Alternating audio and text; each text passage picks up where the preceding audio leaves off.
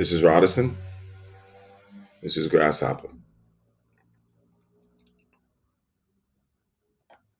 I kind of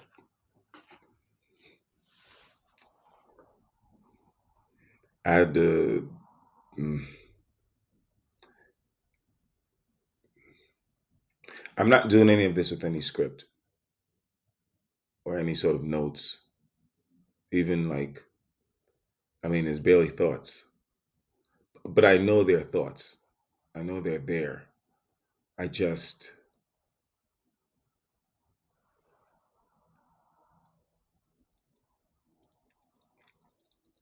I just don't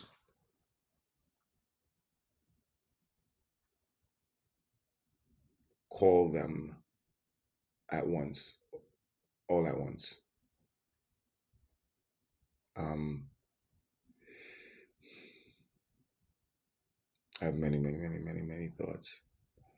I think about many things, but lately, the things I've been thinking about are of you. That would have been a great line. Anyways, so I realized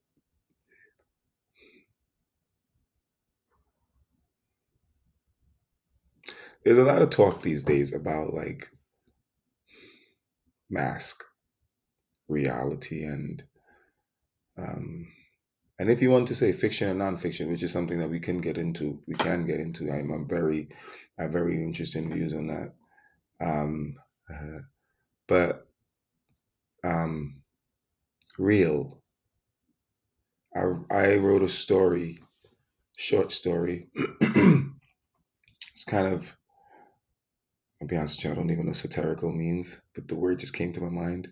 I know I've heard it a lot because I watch a lot of plays, I watch a lot of TV, I watch it, and people talk reviews and all that stuff. So people talk about it, but I'll be honest with you, I don't even really know what it means. But that's the word that came to my mind, and so like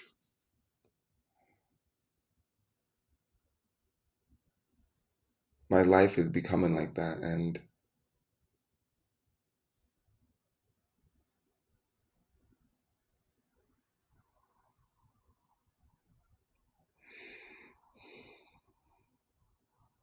unscripted, devoted to the moment, intended on experiencing everything that could be and can be and will be because of that attitude.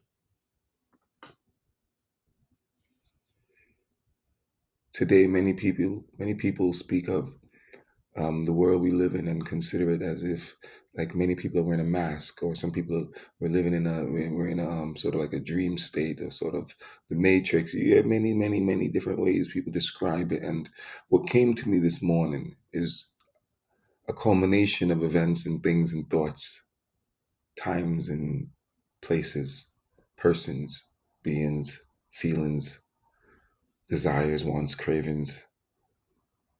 Every morning, every day, they come to me as if they're like my minions, and I believe I do the same for them for what they do to me. Not to deter me or to push me or to drive me or to do anything other than to just offer me options.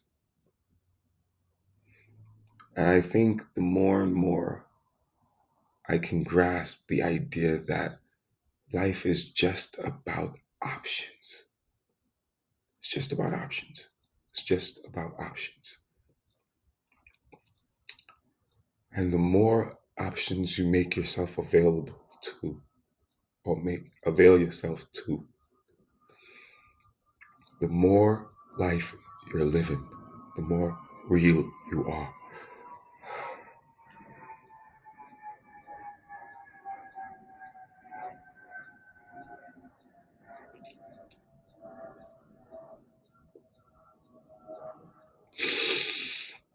Life is real. It's a total sum of options that, just by nature of how one feels and what he believes, those options will seem as if they're positive or negative, up or down. And really, it has nothing to do with the actual option, the actual thing, the actual being. I'm being real with you. I'm being real with myself.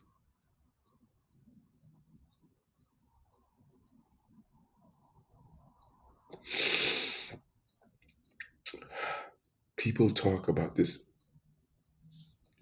mask, this pretense that we're all a part of, and whether we play it or whether we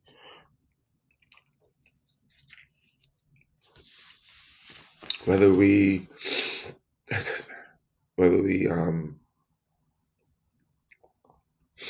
acknowledge it, rather, is the question. You know, I have like a million hankies, and trust me, this is the one time I don't have one on me. I'm always walking around with a hanky. I could literally get up and wrap one's right over there. But I'll tell you this, man. That was the reason why I didn't take a shower or wash my face. Really, I mean, I did wash my face. I wash my face like literally a bunch of times a day. Um, there's so many things that can help us. Like for real. Like there's so many things that can help us. And for me, a lot of times it's just that I'm alone. I feel like I'm alone. You know what I mean? It's like we surviving on a planet, or we in a certain situation, and yeah, we got confused. We got turned around. We got we complacent. We forgot why we're here, and we're having fun to certain degrees. But it's like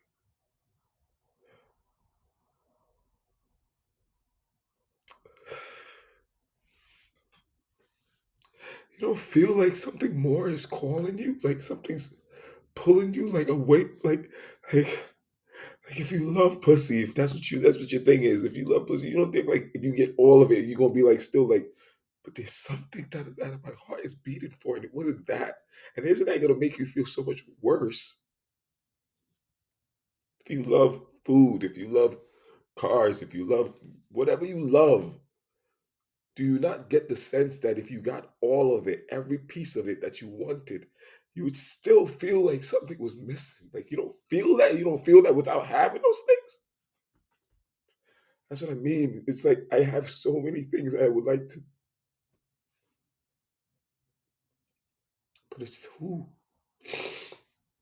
The world seems as if their ears is only tuned to certain sounds and not mine. So I speak to myself most times. It's caused me that.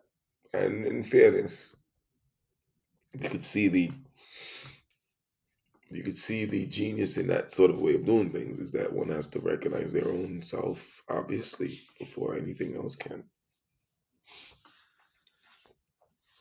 And it's not going to be before anything else can. It's just that meaning in that true sincere way. No thing will truly appreciate you the way you are meant to appreciate yourself. I've said this, and it's a feeling and a statement and a thought that I'm synchronizing with my body and my mind and my heart because it's true. Listen, man, I don't. Whatever you think is failure, nobody wants that. You think nobody's asking for failure? We're talking about like completing your soul's mission, which means that you feel gloriously happy. And you just gotta ask yourself, is like, yeah, I know I believe that is what I want, and that is what can get me that happiness. That can get me that feeling, that satisfaction. But you do know, you have the knowing right now to know that if I got all of that, I still wouldn't be happy. You know that. So why you see what I'm saying? I'm just saying, like, we ain't got to criticize the fact, belittle it or anything. We just gotta let's just like let's just consider it, man. If you playing a football game or you playing a basketball game or you playing any sport, you doing anything you doing, whatever you do in life, like if you got to a point where it's like repetitively doing something, just continually doing something, and you supposed and like you got a certain feeling and reaction from it initially, and so yeah, okay, you always thought this is what you was gonna want, what you wanted. You found it, you got it, it made you feel good. It's making you feel good. But then why you waking up days and feeling like, what's going on? Why aren't I happy? Like you almost convincing yourself you have to be happy. You're convincing yourself you have to be happy, which is good. Good, great. It's a good thing to do. But it is not, yo,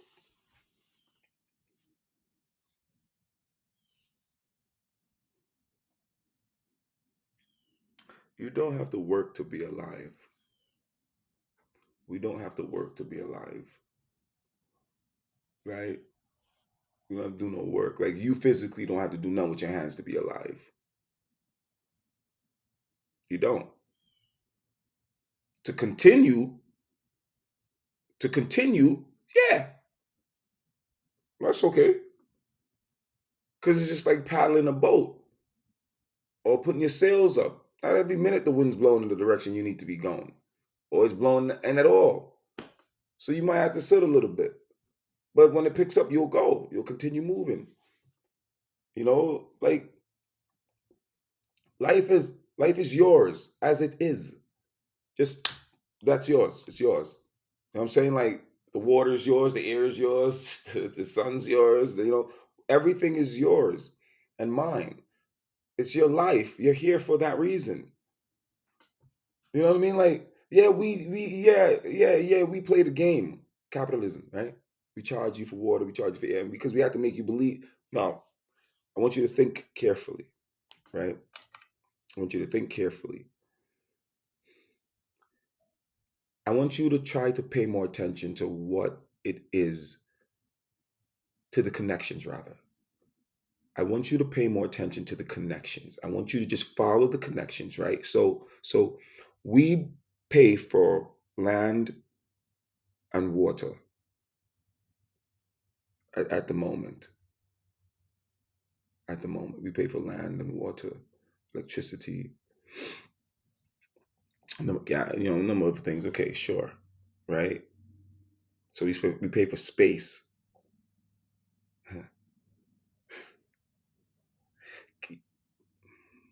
Can you not see a problem with that? Like, okay, act like you lived in a world where there was no capitalism. Act like you lived in a world where there was like honor systems, and there were like trust, and like you believed in people and believed in yourself. Act like you live in that world. Can you see a need for money anymore? Can you see a need for money anymore if you live in a world in which you don't have to, like, you trust everybody? Like you walking outside and you're like, okay, if you had the opportunity to raise children without the influence of anything and anybody else. If you had the opportunity, if you had the chance to raise a group of children, you're gonna get all the resources, you're gonna get everything you need. You want everything you need. Just a test, this is a setup, this is an experiment. It's a science, art, love, because we're trying to figure this out, right? So if you had the opportunity to have a group of children. No one else is dictating anything to these children. You're the only one influencing them in that way. You're like, however you choose to care for them is the order that will be set, and that's how they all will be cared for. However you choose, like, so you could be like, I want you guys to so guys, this is how we live. This is how we live, right? Everything is everybody's. You belong to yourself. Um, let's see. And you start teaching them on this mentality, like sort of like owning who they are. They are powerful beings themselves. You start like helping them to get more in touch with their intuitive abilities, with their emotions, right? Like because what happens is, so let's just be honest. Like, so if you come, if you because you're bringing these children out, and you allowing them to have these experience and these interactions without the influence of the past, your past, that is, right? So you trying to say, well, what could life have been for me had I not been influenced by all of these other things? What would harmony look like to me? What would harmony be? What could harmony be if I hadn't seen what disharmony looked like? You know what I'm saying? Because that's the thing, but you needed to experience that. You needed to see it. But you do have to ask yourself, that's what I'm saying about searching through the want, the need, the desire, searching through it, going further than the want and the need and the desire to simply say, this is not who I am.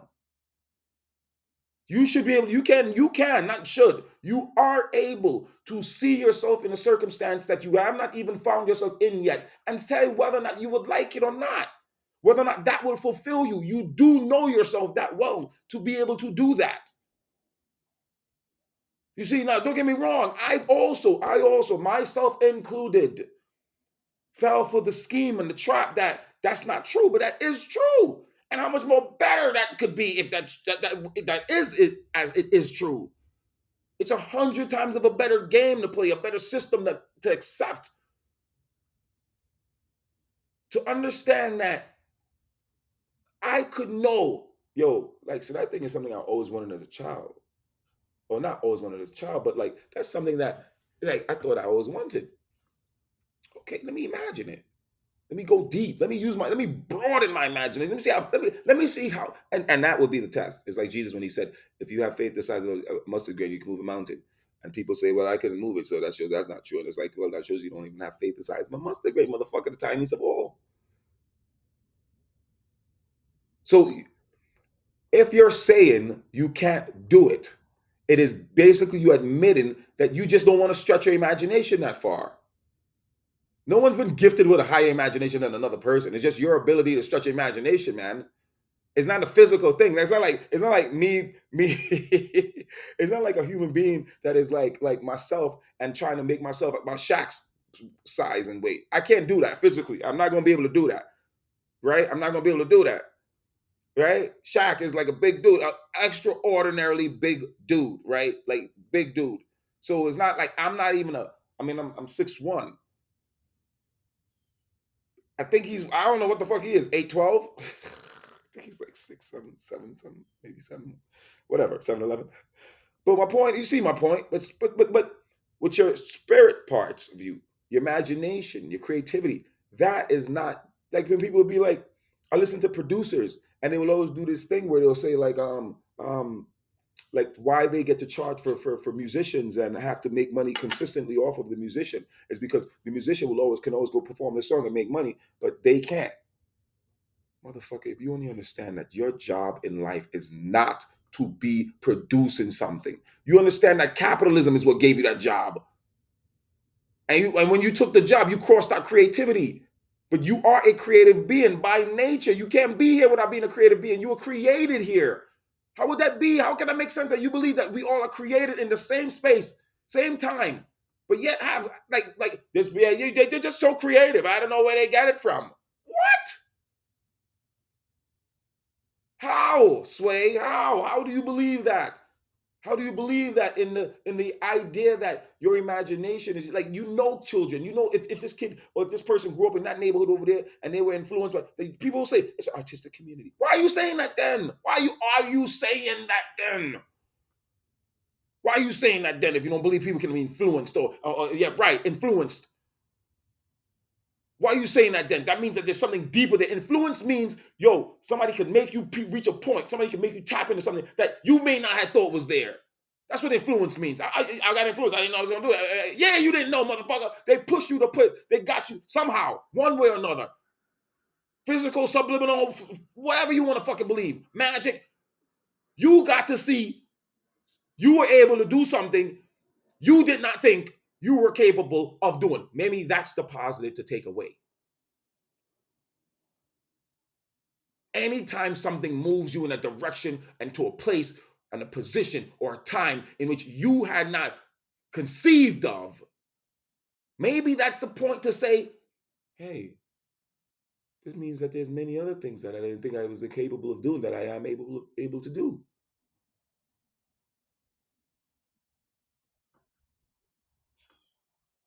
So which means Jesus was right. If you have faith the size of a mustard seed, you can move a mountain.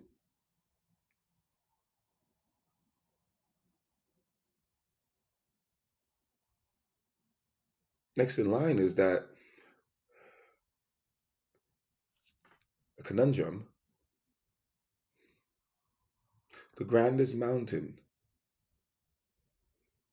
the grandest mountain that one will ever attempt to move or should be attempting to move is their own mind.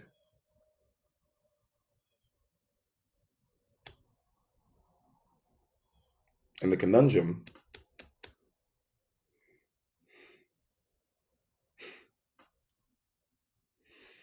is that the faith that is necessary to move the mountain that only needs to be the size of a mustard grain, according to Jesus, that faith only needs to be the size of a mustard grain. So I only need faith the size of a mustard grain in ourselves, in myself. If I put you got if you not seen how deep that is, if you not seen how deep that is, you might want to tap this forehead of yours and get something working up there so that that eye can open up.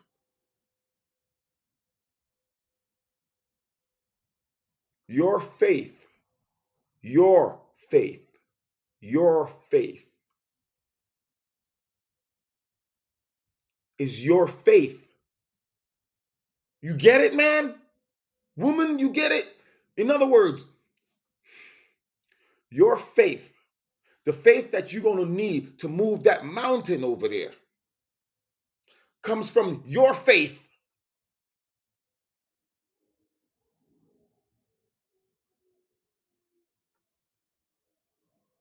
You got to build your faith in yourself.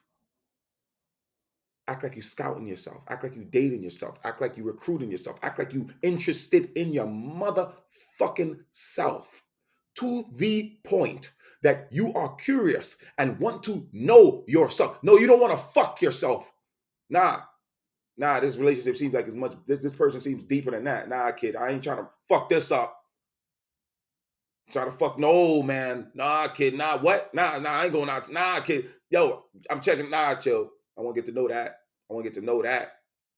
I want to get to know that. Like all of you women, all of you men, all of you, whatever in betweens and out of tweens.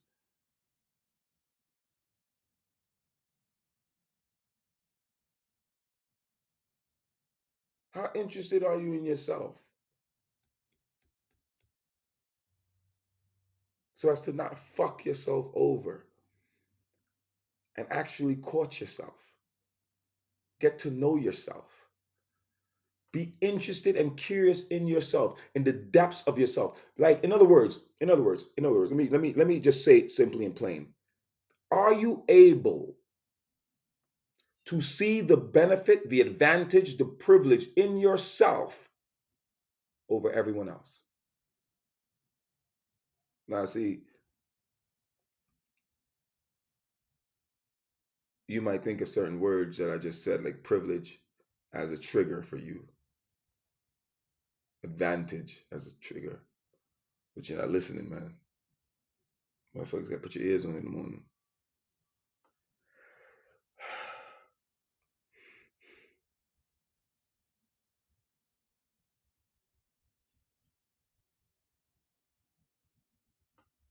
Jesus said, if you have faith the size of a mustard grain, you can move a mountain.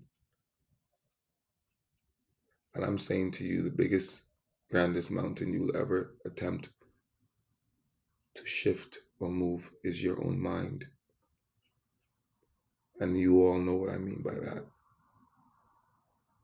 Because once you're able to shift your mind, your reality shifts. The mountain is moved. But see, I'm an artistic being, meaning I adhere to my artistic parts and pieces. Hmm. The ancestry of me is artistic. It is of you as well. But it's what you call forward, what you claim, what you desire to be you. Because if you are everything, and you are, but yet you only desire to be certain portions, certain places, certain things. Can't you see that that will be what you are predominantly? It will come to the forefront of who you are. Doesn't mean all the other things aren't who you are. It just means that's what you want to represent you at the time. Because you are everything, no matter, you can't change that, even if you don't want to believe it. That's the beauty of it as well. You will always be everything, and everything will always be you. Everything already claims you as everything. The question is, do you claim you as everything and everything as you?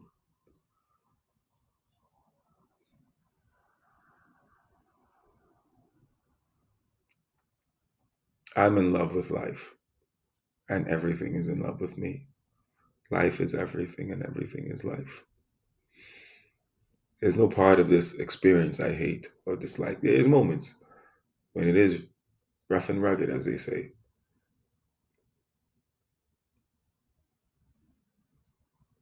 But the more I've learned to care for myself, the more I've been privileged enough to be left on my own. And I say that as I said it, privileged enough to be left on my own. You really, I'm going to tell you because this is, I've never thought about it as this before. And so your witness and me witness myself experience it.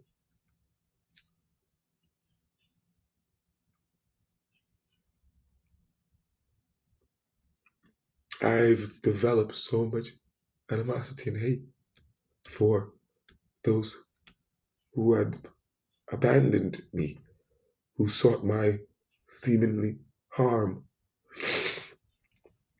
I had developed harsh feelings for them. And now, today,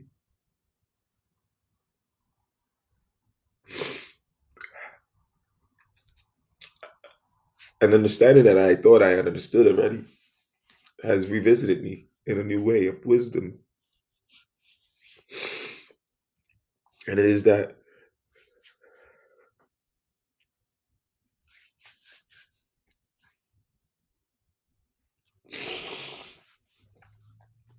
the love I have for myself at this point in moment, it surpasses anything I've ever felt in this life before. There's nothing I care for more than myself. Nothing I love more. I will do anything for myself. I am the wife to the husband that is me.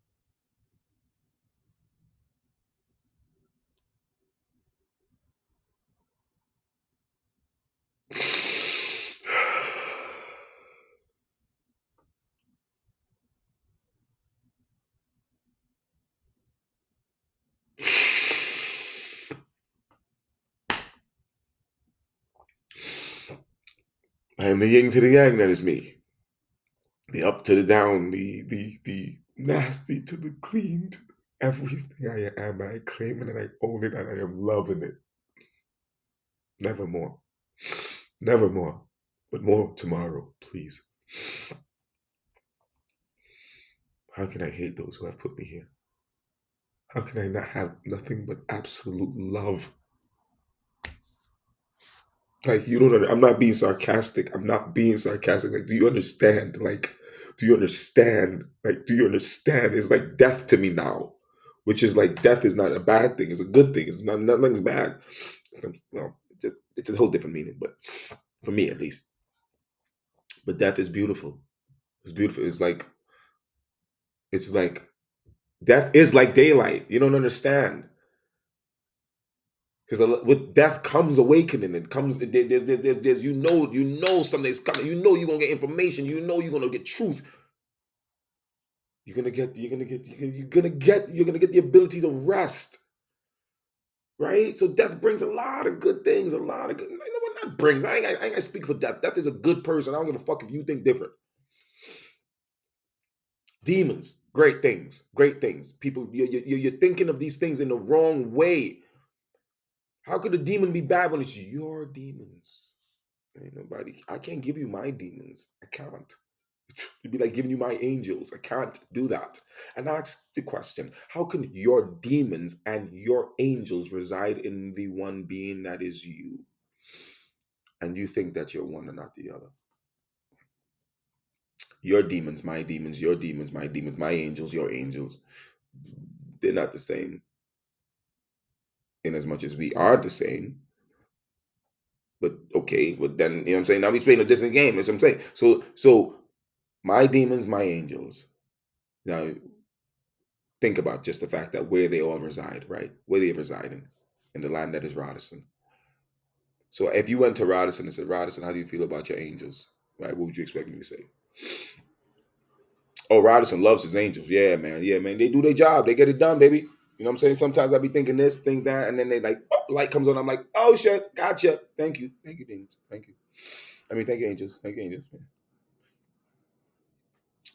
And then you come to me and say, hey, Radisson, how you feel about your demons, man? And I go, you see how we did that thing over there, right? You see how we took care of that over there, right? You see how we moved that thing over there, right? You see how we move. Demons, without your demons, you will have zero faith in yourself. Without your demons, you have zero faith in yourself because your demons reveal to you the dark things, like how, like yo, like if you're feeling jealous of that thing that happened over there, and you like, yo, you feeling jealous, but you ain't telling nobody. What do you think that is? Who you think is on the side of you? Like, I don't know what the fuck they did that to us for. How they gonna make us feel like that? Who you think is saying that to you? Not the angels. The angels is like, wait on, like the angels like, yo, okay, okay, okay, okay, okay. All right, demons, yeah, I see you. Demons, I see you. Yeah, right, right, for real. How you gonna just shit on my man like that? How you gonna shit on my man? All right, but demons, I got this. I got demons. Hold on, bro. I said I got this. Hold on. Click, light goes on. Oh, that's what really happened. Oh, so it wasn't really like jealousy. It was really trying. They were trying to. I see. So they were feeling low about themselves. So they were feeling low. So they, you know what I'm saying. So that when hurt people. So they trying to. Yeah. So it wasn't about me. It wasn't about me. Demons. You see what we're saying? You see demons. You know where we got that though from? I think where we got that from. Angels. Pull up that clip from like when we were 4 years old and mom said blah blah blah blah blah blah blah blah blah blah blah. And angels shine a light on that. Show you where you got that from. She helps you understand. You see your demons and your angels working together. It's like you don't understand how is that hard to understand when night and day works together. You would never be able to rest if it was all day. You'd be all day every day at it.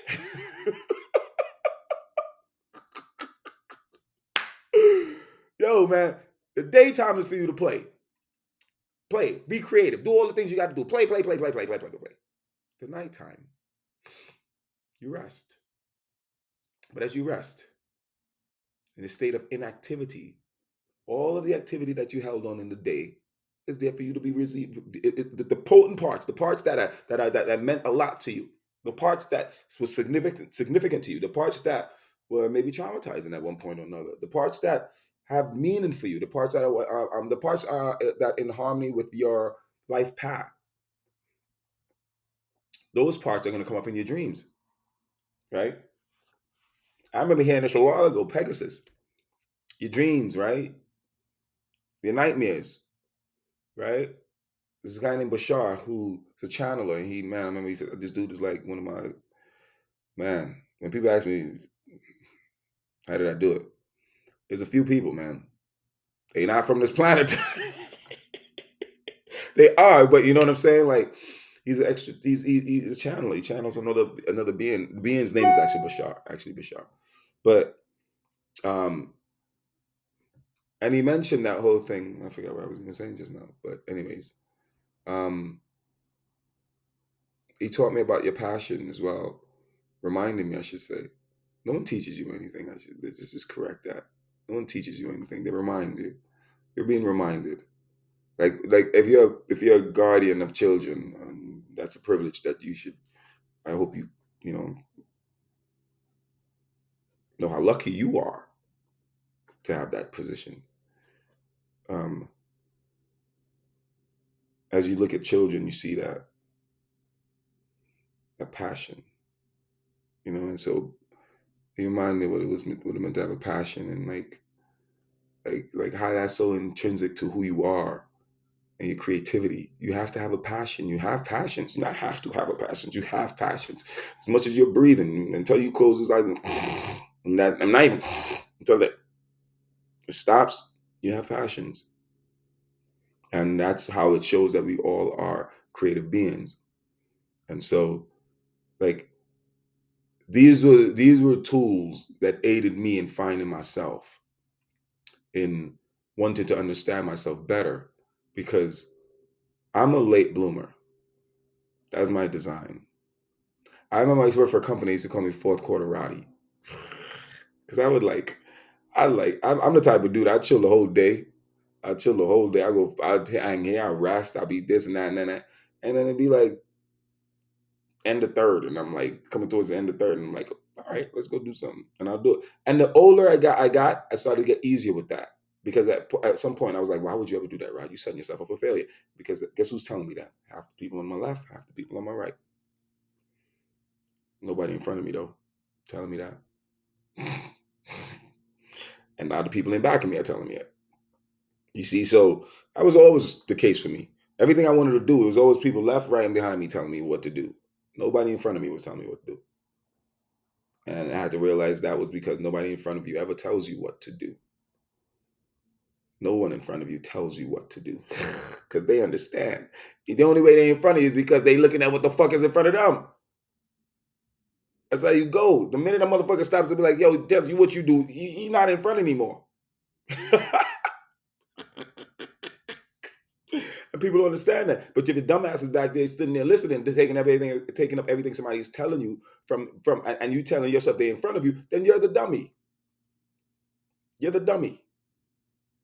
See what I'm saying? You're the dummy. But all of these things sort of informed me of myself, pushed me towards myself. Little traits, little trinkets. You talk about your demons and your angels, and you talk about your light and your dark side, and you talk about the people who are wicked to you and people who did this to you. And a lot of times what we don't want to do, like we're not, like you're not being fair. We're not being fair if we're doing that. We're not being real mathematicians. We're not being real artists. We're not being real scientists, if that's what, because we're doing half-ass worked half-ass worked. We're doing half-ass work because you're going half the way. You're not going all the way. Yeah, okay, so that person, yeah, your mother left you when you were how old? Yeah, she left. Yes. What did it teach you though? Maybe just one question. What did it teach you about love? Okay, then. So then, let me tell you something.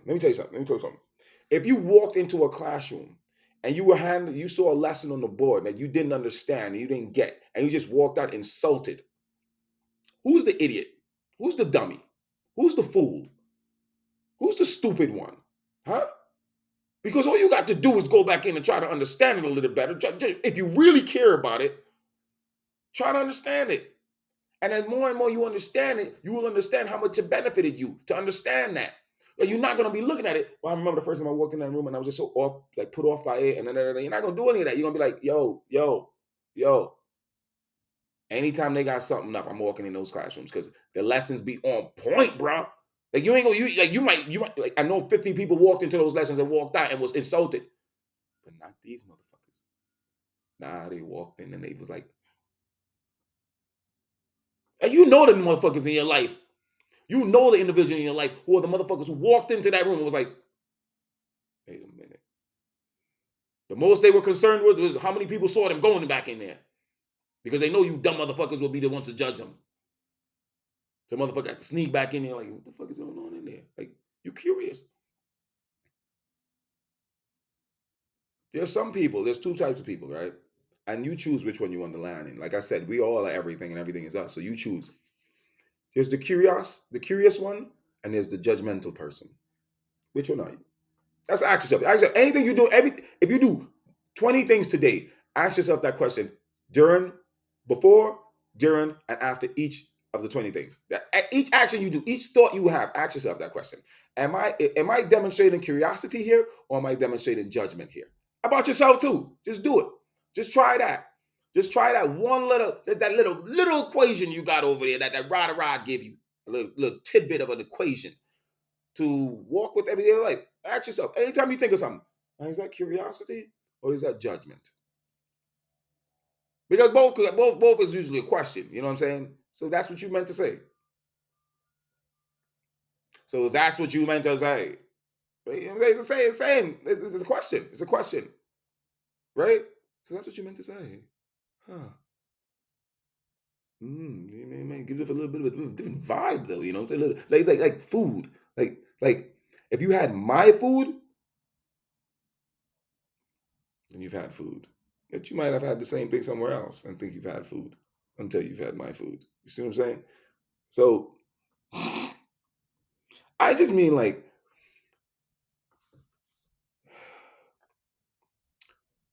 if you don't care for yourself, meaning, and this is a lot of things you could use to try to understand if you care for yourself, but there's truth and there's truth and there's truth. That's all. So lie to yourself. But you know what I'm saying? Like we gotta stop playing these games. Like you cannot go through an experience continually and come out not hoping to evolve. The situation, the experience cannot evolve unless you evolve. No situation, no event, place, time, or thing is greater than you. So, which means the entire purpose of the event is for you.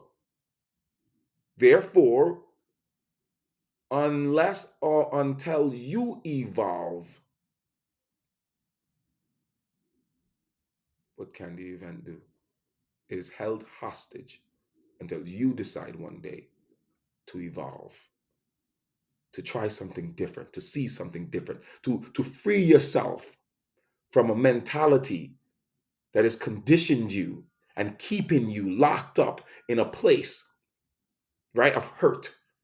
You see what I'm saying? Because you tell yourself you love yourself so much that you'll never let this happen to you again. And you don't understand that by the very nature of you being an artist, by the very nature of you being a scientist, by the very nature of you being a human being, you're disregarding all of that. A warrior doesn't say, I just can't be. I watch women do say it so many times. I watch women say it so many times. I've been watching a lot of TV lately. Dating shows really, it's cool. It's really fun. It's fun watching other people get. Yeah, it's really fun. For real, for real, for real. I didn't know it was that fun before. I see why people did it. I'm late to that. I'm late to that one. You see what I'm saying? That's why I don't knock shit. That's what I'm talking about. Like Real Housewives and all that shit. Like, yo, with the shit I'm talking about, you think I'd be like, no, I'm not judging nobody. First of all, comedy takes first place in my life, no matter what. It could be the dumbest, the stupidest. It could be the nasty. If it's funny though, hey, hey.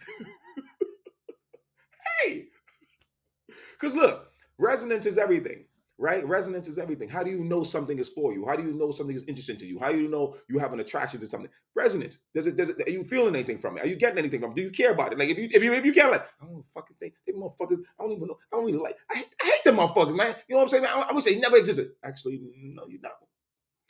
No, you don't. No, you don't. You really don't wish they don't exist. You glad they exist. You so happy they exist. That's what I used to have this experience with many people, women especially, like women, like I don't think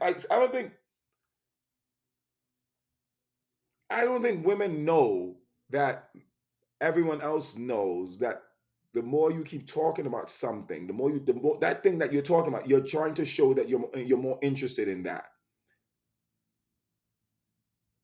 And I know women do know it, and that's the reason they're doing it. It's sort of like a reverse psychology kind of thing. So that okay, if I know if you're talking about that thing over there, you must be interested in it. Okay, cool. So I'm gonna talk about that thing over there. So you don't think that I'm interested in you. And it's like, that's like when your third eye blinks. Like, what did this bitch just say? Because it's sensing what you're doing. It's like, people say they don't like games. Women say they don't like games, but you sure? Are you sure? Like, seriously though, are you sure?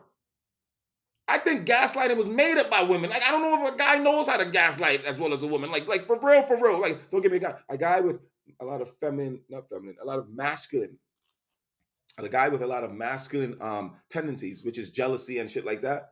I'm gonna be honest with you. There's more. There are more, in my experience right now. There are more women, females, walking around who are predominantly masculine energies than there are men doing so. I think that's why you see even men who are, I'm gonna break all this shit down. Men who are gay. That's why you see like with look at your TV, look at your news. The men who are gay, why do they behave so predominant, so overly masculine, sexually? Look at gay men. Look at some. I'm not saying everybody. If you're stupid enough to believe that, just to think that, then be dumb enough to stupid enough to also lend me $1 million. Please be stupid all across the board for me, man. Don't choose. Um, if you notice and if you're curious about it, not judging, look out of your sphere.